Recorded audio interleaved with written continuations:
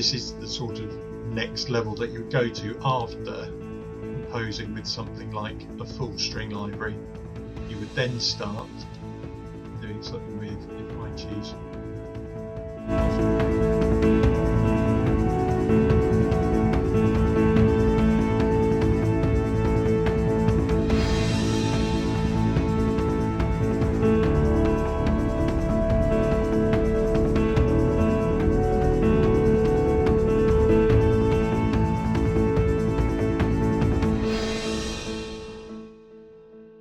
Hi, I'm Dex. Welcome to another exciting episode of Music Monday, or is it Music Mondays? Episode 2.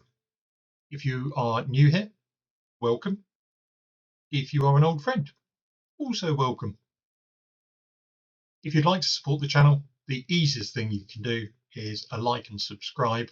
But if you'd like some more in-depth background, behind the scenes, video files, audio files, and perhaps most importantly, feedback on your cues that you're writing to help you improve, then consider going over to Patreon and joining me there. It'd be great to have you. Links in the description. So today's episode, a little bit different. I'm going to give you some updates on how my music is going and YouTube. And the main part of this episode is going to be a demo section where I'm going to have a look at some string library basics in Logic, but it will apply to any DAW that you are using. It'd be interesting to see if this format is working for you. Is it too long? I'm trying to keep them to 10 to 15 minutes in total, but maybe you would like an extended episode, or would you prefer more examples on string libraries on a separate video and keep these Music Mondays to short updates? We'll see how that goes, but do feedback in the comments. So what's going on this week? First library brief of the year has come in, and that is for composing cues for the Olympics, which are coming up at the end of July, I think it is.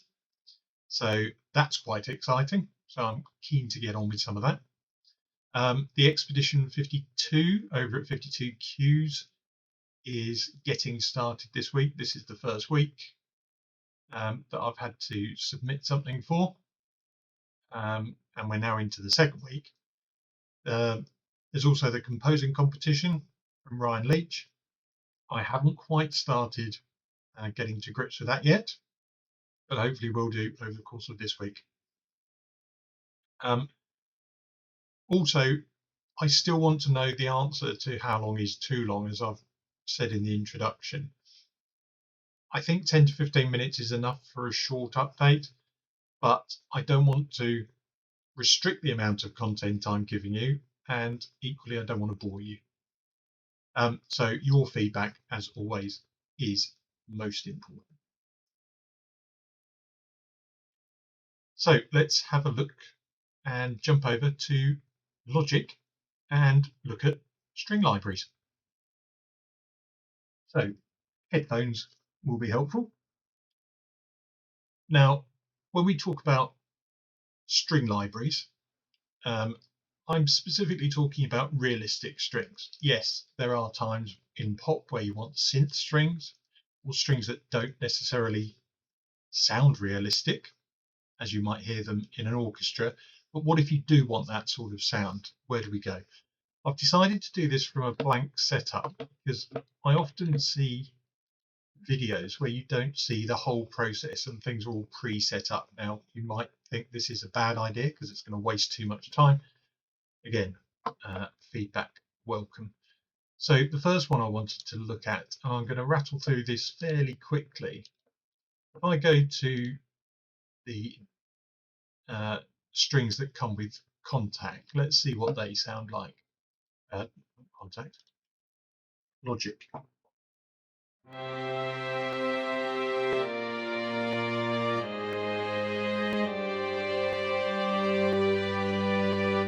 Drop them down an octave.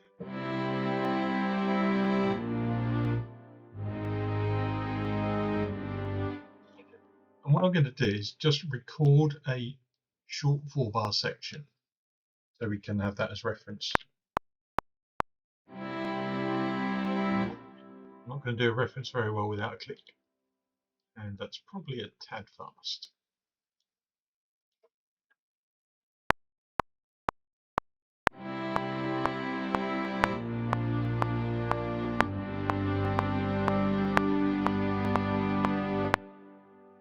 Okay. So if I extend those out and we quantize them so they land on the beat.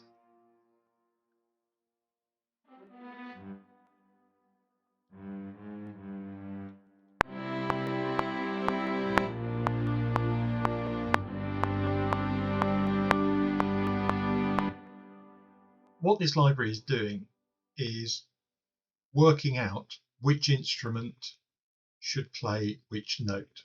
So we'll be going for more cello, lower sounds, and it will stretch the sounds to reach those lower notes as you go along. So the trouble with this is it does sound very MIDI and not particularly realistic. The next step you could make is to something like Albion 1 from Spitfire.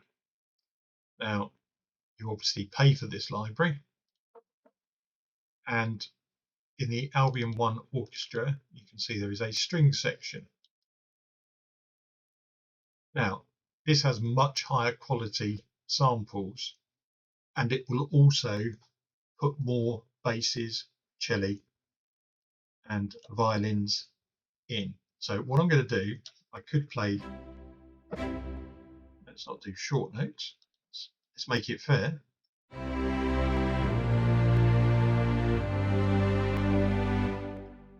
All I have to do, if I just copy that down, mute Logic strings,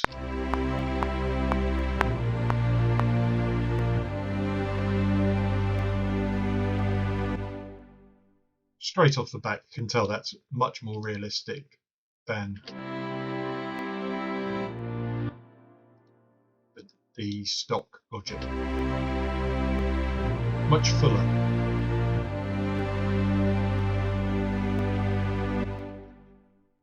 And to be honest, that is a great place to start composing strings because it has split out the orchestra for you.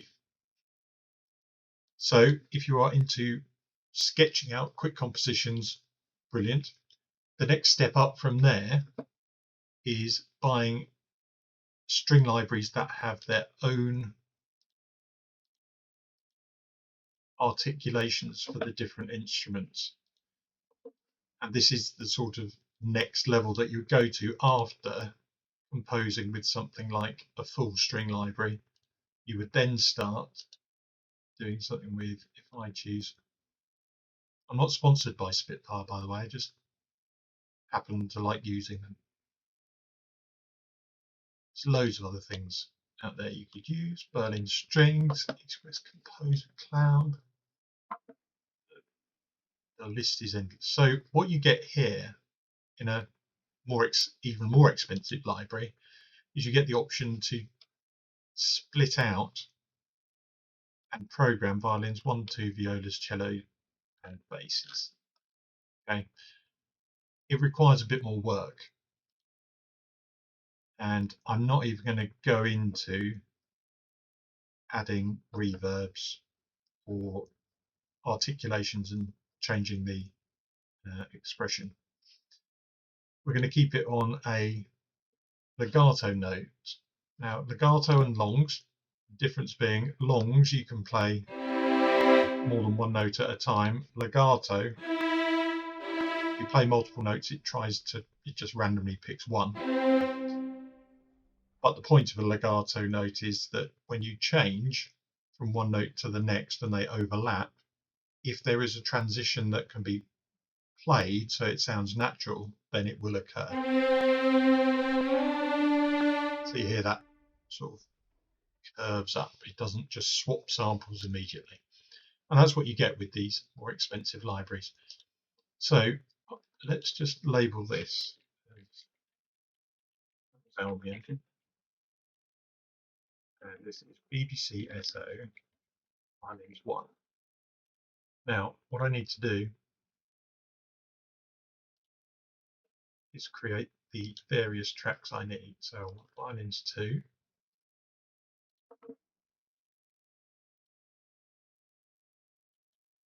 relabel that, go.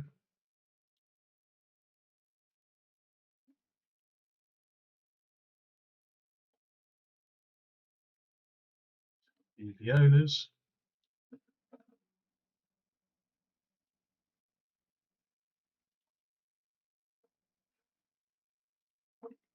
Then we are going to have cello.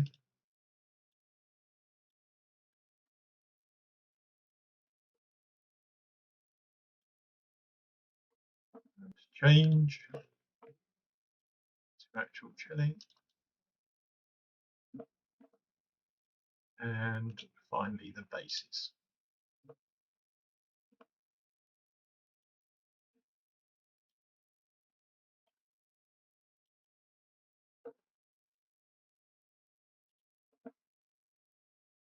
So the idea here is that you take the chords that you have roughly programmed, and you'll notice there are 1, 2, 3, 4, 5 because I played triads at the top and I did octave bass. So there are 5 notes for each chord, and you will notice there are 5 main sections of the strings. I mean, you're restricted to this. What I can do, try and make this quick, I just copy them all down.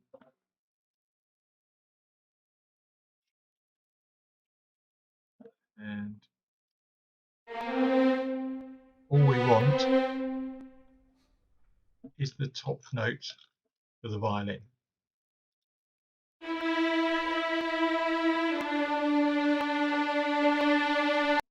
Notice that one goes all the way to the end.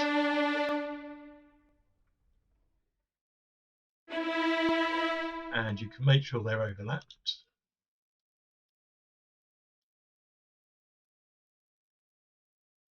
Violin 2, we only want that second line. And overlap those.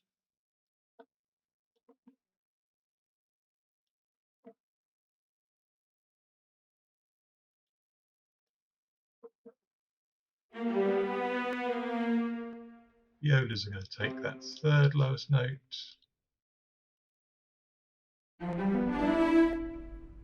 Cello, fourth, and bass the low. So what we can do is we can put all these together.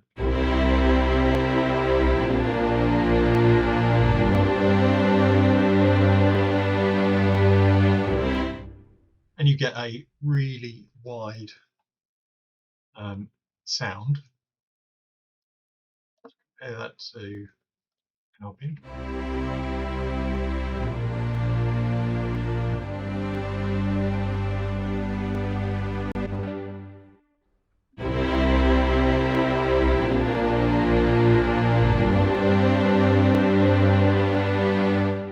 The advantage of doing it this way, of course, is you can actually mix how you want strings to sound. So if I want a bassy sound, I can lower the upper violins.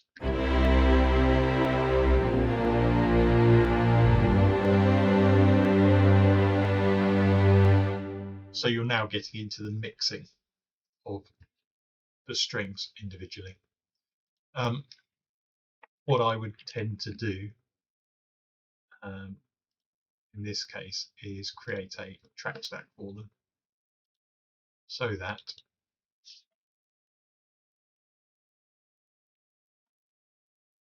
you've got them all on their own individual track. Let's take that off. So they are now, they're separately mixed, but they all come through the same track stack.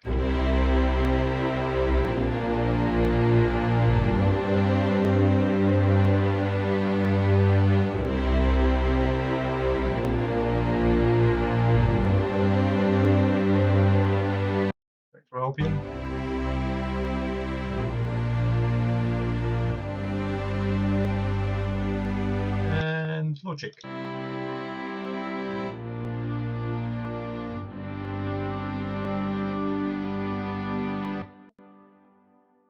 So you can hear the difference there, hopefully. It is one criticism you will sometimes get back if you are submitting cues to a library, that your strings don't sound realistic enough. Unfortunately, the way around that is to pay money to get a higher quality library. If you are only doing backing and supporting work, something that is a full string library, Albion is ideal. If you want more control, BBC SO has loads of parameters you can change. We haven't even got into changing the expression, adding reverb, adding different articulations, or indeed choosing your own mix of mics to change the sound overall. That is something we will do in a separate video. So I hope that was helpful. Comments always welcome. And that's today's demo. Thank you so much for watching. If you'd like to support the channel, thumbs up and subscribe is brilliant. But if you want to join me over on Patreon for those extra benefits, along with feedback on your cues, your composition, it would be great to have you there. Have a good day.